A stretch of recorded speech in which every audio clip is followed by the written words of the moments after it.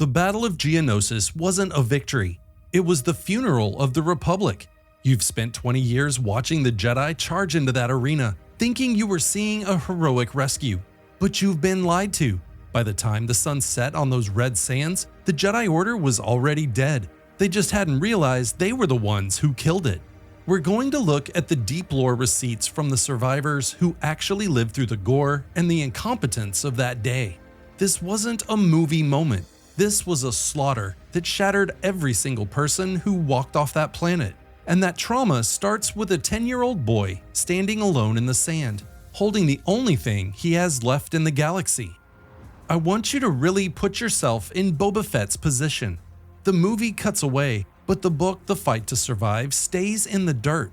Imagine the silence after the gunships roar away. Your ears are ringing from the concussion of the sonic charges. Your vision is blurred by the heat haze and the red dust.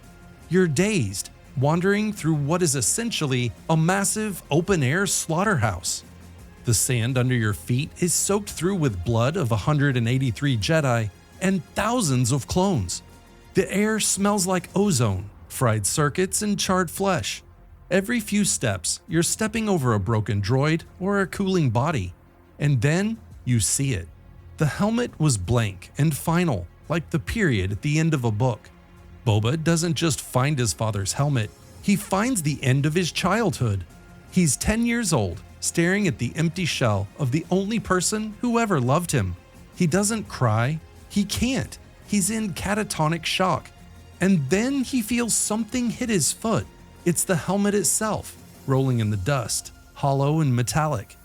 This is the moment the greatest bounty hunter in history is born, and he's born out of a total institutional betrayal. To Boba, the Republic weren't the good guys. They were the invaders. They were the ones who showed up with a slave army and murdered his father for the crime of being a bodyguard. As the smoke clears, the Republic isn't setting up a search and rescue for the civilians or the orphans left behind. They're busy loading droids and securing the sector. A clone trooper eventually finds him, a man with his father's face, a terrifying living ghost. And does that soldier show a shred of compassion? No, he just looks down at the son of his own genetic donor and calls him just a kid. In that one sentence, the Republic discarded Boba's humanity. They didn't see a boy, they saw a minor variable. He was left to fend for himself in the ruins of an arena filled with a literal field of corpses, forced to find his own way back to Slave One while dodging scavengers. The Jedi didn't rescue anyone that day. They invaded a planet, destroyed a family, and left the pieces in the dirt. Boba saw hundreds of thousands of men with his father's face, now serving the very people who left him an orphan. That is a psychological wound that never heals. It's why Boba spent the next 20 years hunting Jedi. He wasn't just doing it for credits. He was doing it because Geonosis taught him that the Jedi are the ultimate hypocrites, men who talk about peace while they leave children to die in the sand. But why were they even there?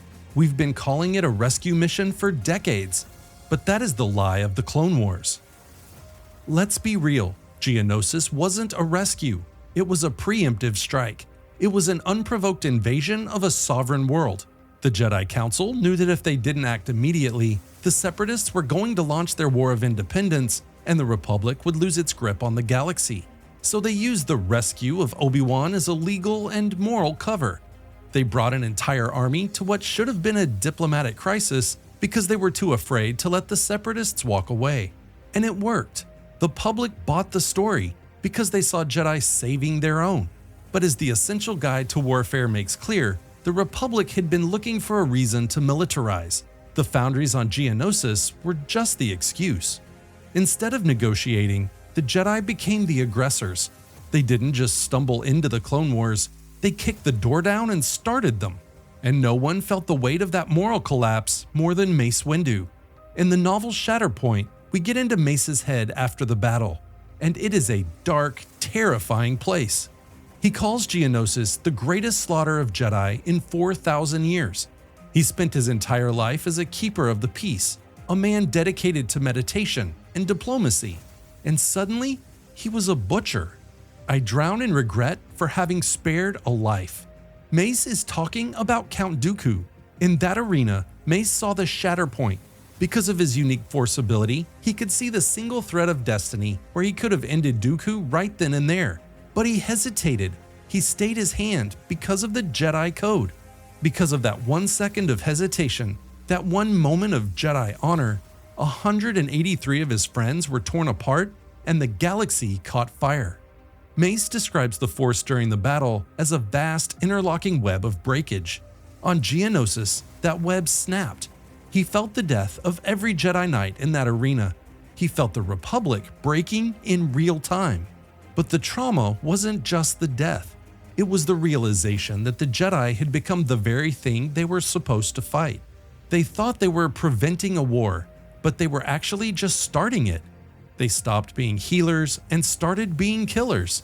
And the scariest part for Mace, he realized they were actually really good at it. The Jedi looked into the mirror of war on Geonosis and saw a general staring back. They felt the intoxicating power of command. They felt the rush of leading an army into battle. And once you feel that power, it is a dark side trap you can never escape. They traded the soul of the Order for a slave army because they were too proud to lose and too afraid to be irrelevant. And that brings us to the clones. We're told these men are heroes, but on Geonosis, they were treated like disposable hardware. In the Essential Guide to Warfare, there's a staggering stat. The Republic wasted 5,000 clone commandos in a single frontal assault because the Jedi had no idea how to use them.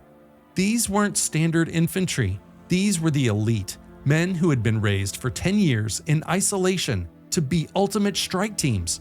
They were trained for stealth and sabotage, and then they were dropped into a wide-open desert meat grinder. The Jedi generals, men who had never seen a real battlefield, literally told these elite specialists to run across an open field, directly into heavy cannon fire and thousands of droids. That's not a mission, that's a mass execution. It was a tactical failure of such massive proportions that it should have ended the war right then and there. In the Republic Commando books, you see the perspective of the men who actually lived through this incompetence. You see characters like Cal Skirata, who look at the Jedi with absolute disgust. While the Jedi are talking about honor, the clones are dealing with the reality that their leaders are totally incompetent at the basic logistics of war. The Republic didn't have a medical corps on Geonosis. They didn't have a logistics chain. They didn't even have a plan for what to do if the initial assault failed. They just had a pile of assets they were willing to throw at a problem until it went away. They sent these men into the dust without a single field hospital, assuming the Force would just fix it. The Republic didn't become the Empire in a Senate chamber 3 years later. It became the Empire the second those gunships touched the sand, and the Jedi accepted a slave army as the price of victory. This is where the failure became permanent. The Republic realized they didn't need to be good to survive. They just needed to be strong. They looked at a million identical faces and decided their freedom wasn't worth the paperwork. Imagine being a clone commando, knowing you're a sentient being, and realizing your general sees you as nothing more than a meat droid with a serial number. If the Jedi are willing to lead a slave army, men who were manufactured for the sole purpose of dying for a government they don't even know, what is the difference between them and the Sith? The moral high ground didn't crumble on Geonosis. It evaporated. The Jedi became the enforcers of a regime that didn't care about the individual. And Palpatine was just sitting back, watching it all happen with a smile. But how did it get to that point? The Jedi helped nationalize every planetary defense fleet in the galaxy. Before Geonosis, planets looked after themselves, but the trauma of the separatist threat provided the excuse for Coruscant to take control of everything. After Geonosis, every ship and every life in the Republic belonged to the central government. This was the moment Palpatine won. He didn't need a coup. He didn't need a red lightsaber. He just needed the Jedi to be the ones to tell the planetary governors that their ships now belonged to the Grand Army. The Jedi thought they were being heroes, but they were actually just providing the muscle for a corporate takeover of the galaxy. Every gunship that landed was a nail in the coffin of democracy. Because the Jedi were leading the charge, they couldn't see the cage being built around them. They were so focused on the rescue that they missed the invasion for what it actually was: the birth of the Empire. Geonosis was the funeral of 1,000 years of peace. From this moment on, the Jedi weren't philosophers. They were just the face of an authoritarian regime, and nobody understood that faster than Boba Fett. While the Republic was back on Coruscant having parades, Boba was still out there. He was alone, holding a cold helmet, looking at the Jedi as the monsters they had become. The galaxy showed Boba Fett exactly who it was on Geonosis. It taught him that the heroes will leave you in the dirt the second you aren't useful, and that the Force doesn't save you. Only credits and a fast ship do. This was the birth of the galaxy's most effective Jedi hunter, forged in the very moment the Republic began its descent into darkness.